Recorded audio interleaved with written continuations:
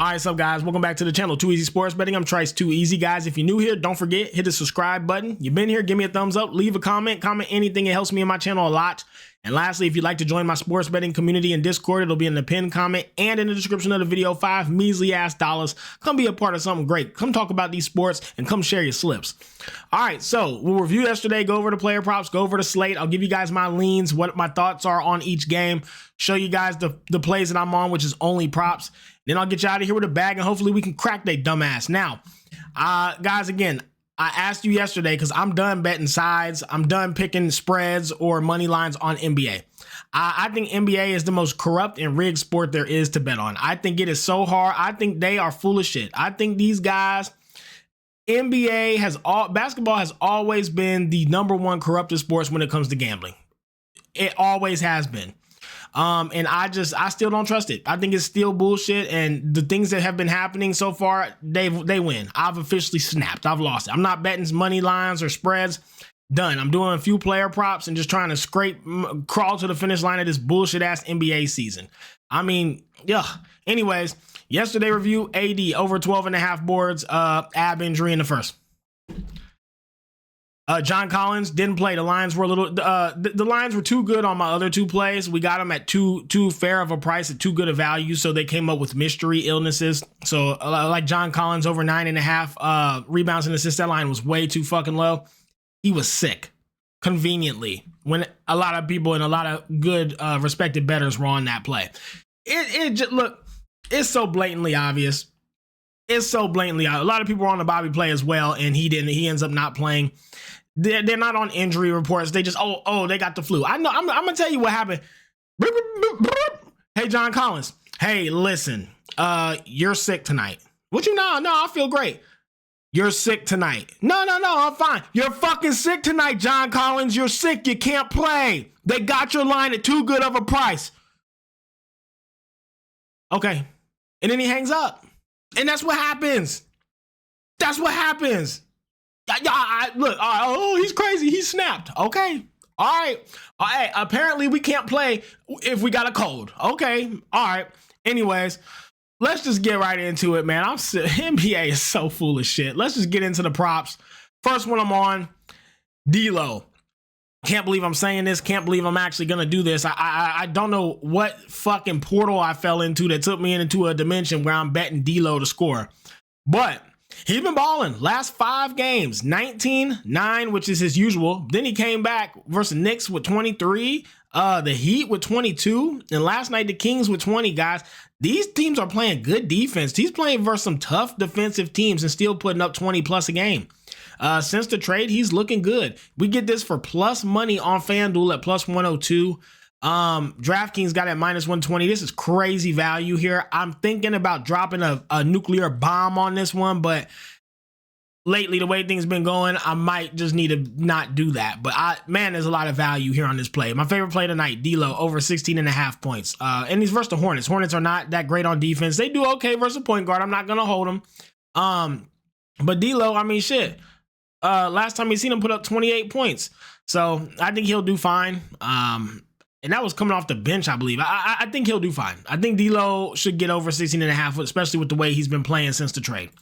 Kyrie Irving, over 9.5 rebounds and assists. Now, this one might surprise you guys because rebounds and assists is not usually like his forte. Like, he doesn't rebound much. He doesn't get assists much. He's gone under for most of the season as well, okay? But if you look at the head-to-head, he's got it 3 out of 5 times. He got a 13 and a 10 in here. But the most telling thing to me, and this is something I don't think I've ever even talked to you guys about or showed you guys, but I want to make this point. Also, the Pelicans are 27th in rebounds allowed and 29th. So basically the worst in the league versus the point guard. But I don't talk to you guys about this enough. So I got this at minus 130 on ESPN bet. If you look at how favored this bet is, because the sports books know shit. They in cahoots with the coaches, the players. It's all manipulated. It's all corrupt. Why would Caesars have this at minus 160? This is when I say it's a math play and I don't explain. I'm just like, this is more so a math play, guys. This is what I'm talking about. This makes no sense. Caesars, you can get it at -160. Underdog, -146. FanDuel, -140. So then why in the fuck can you get it at -120 on DraftKings? This means that FanDuel, Underdog, Caesars, they know something. There's some reason why the fuck they won't give you decent price on this. Something's going on here. I don't know what it is, but for some reason, Caesars, Underdog, FanDuel, they all think this shit is hitting for sure. -140 on it, and it's a guy who's only hit it 40% of the time this season. Some type of injury is gonna come up. Some type of big mismatch is gonna come up. You'll see. We're gonna review this tomorrow when this shit hits, and there's some type of weirdo ass mismatch or injury. Even if it doesn't hit, it will be in heavy favor for him to go over rebounds and assists because the sports books are telling you that. No way a guy who's hitting this 41% of the time can be favored at -160, 146, 140, 130. It doesn't make any sense. So it's a math play. I'm on Kyrie Irving over. It just doesn't make sense at all. Books are trying to tell you something. You need to listen. They know something. Darius Garland under 7.5 assists. This is another one, guys. I'm gonna show you a few like this. So you guys can see another thing that I do. But Caesars -160, FanDuel -148, Underdog -146, DraftKings and Bet365 at -130. Big difference here, guys. On the season, 67% hit rate to the under. Head to head, he's gone under a lot. And I think he don't need to pass much tonight. He probably just did get the ball and just score and blow them the fuck out. So Darius Garland under 7.5 assists. And the guy's head-to-head history, 5, 3, 9, 6, and 3. So he hasn't hit a lot versus him anyways. He's not a big assist guy. In the books, I mean, FanDuel at -148. I got it at -130, but yeah, something don't make sense. Last one, this should have been the second, because this is actually my second favorite play. Vizeleji Misikik. Under 21.5 points, rebounds, and assists. The line is excellent at -106 on FanDuel. He is starting. I understand that LaMelo's hurt. Guys, it doesn't matter. He is not a star player. This dude's not, he's not good. These 2 games he started, 16, 6-4 with LaMelo. But when LaMelo doesn't start, 16, 15, 17, and 17. He doesn't do good. He's not a star. Watch him play. He doesn't look great. He looks like a damn bench player. He's not good. Just because LaMelo out does not boost him to star status. If he was star status, he'd be starting. 81% hit rate on the under. I get it. He saw him once last year on a different team and hit it, but it doesn't matter, guys. This is a great play. I love this play. I love the price of it. He has not been balling at all. Now, perhaps some janky ass injury like Miles Bridges ends up not playing tonight, which is why this line was like this. Shit like that does happen every fucking day in this manipulated ass corrupt sport that we're betting on. So I won't be surprised if it's under 21.5. Everybody's on it. 81% hit rate on the season. LaMelo's out, fine, he's starting. And then, oh shit, Miles Bridges is out. And then now he ends up getting over 21.5. If that shit happens, if any of these things I'm talking about happen tonight, just know I'm not crazy. Next, that's it. So I'm on D'Angelo Russell over 16.5. Misikik under 21.5. Kyrie Irving over 9.5 rebounds and assists. And Darius Garland under 7.5 assists. Those are my 4 props tonight. That's all I'm playing, guys. Those are the only 4 plays I'm playing. Let's get into the slate and review each game here. All right, so here's what I'm going to be on. Pistons and the Pacers. I decided to fade this one. I think it could go either way. Again, the Pistons have been playing really good ball, starting to fall off a little bit maybe, but they're 23-23 now on the season. Pacers are 25-20. I'm damn sure not laying 7.5 with the Pacers, but the Pistons, they can cover or they cannot cover. They're very unpredictable. To me, this is a close, high-scoring game. I'm fading it. Nets and the Hornets. Give me the Hornets -3 if I had to pick, and I'd be all over it. Hornets -3 on FanDuel. It makes no sense. I get LaMelo's out, but Miles Bridges is still a star. The Nets are not very good. Victor's not projected to have a great night versus the Hornets. Hornets are a better team, in my opinion, with better players. Give me the Hornets -3 if I had to pick. Raptors and the Wizards. Fade. I don't even discuss the Wizards. I don't even look. If you see the Wizards, just know it's a fade. Nuggets and the Knicks. Knicks -3. Nuggets have not been playing great. I haven't been impressed with them. For a while I was, but they're starting to cool off. And the Knicks are looking really good. You can actually get it at -2.5 now. And the Knicks 2 days ago had a really, really great game where they blew out the Grizzlies. So they're rested. They're not on back-to-back. I think they can win. Give me the Knicks -2.5 versus a Nuggets team who hasn't been that great.